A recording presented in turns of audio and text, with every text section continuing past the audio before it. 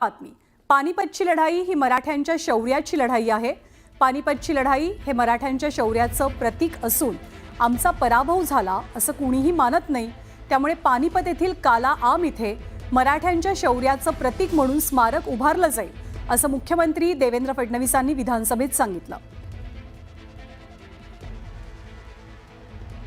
पानिपतची लढाई मराठ्यांच्या शौर्याचं प्रतीक नाही तर पराभवाची आठवण करून देणारी असं वक्तव्य राष्ट्रवादी काँग्रेसचे शरद पवार पक्षाचे नेते जितेंद्र आव्हाडांनी केलेलं आणि आव्हाडांच्या वक्तव्यावरती फडणवीसांनी मंगळवारी विधानसभेत अंतिम आठवड्याला उत्तर देत असताना संबंधित स्मारकाची घोषणा केली आहे. आपण म्हणता ना, अहमद शाह अब्दाली लढाई जिंकला, अहमद शाह अब्दाली देशात थांबलाच नाही. खरं म्हणजे ही लढाई जिंकल्यानंतर तो भारताचा अनभिषिक्त राजा झाला होता.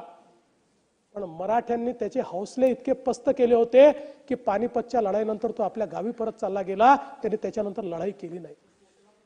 आणि म्हणून पानिपतच्या लढाईला मराठी माणूस कधी, ते शल्य आमचं आहे पण कधी पानिपतच्या लढाईमध्ये आमचा पराभव झाला असं आम्ही मानत नाही.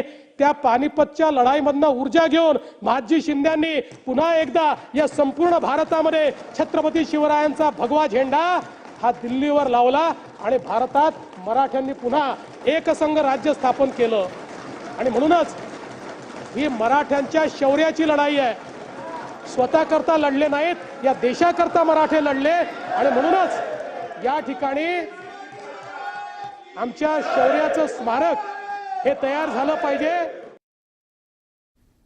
आणि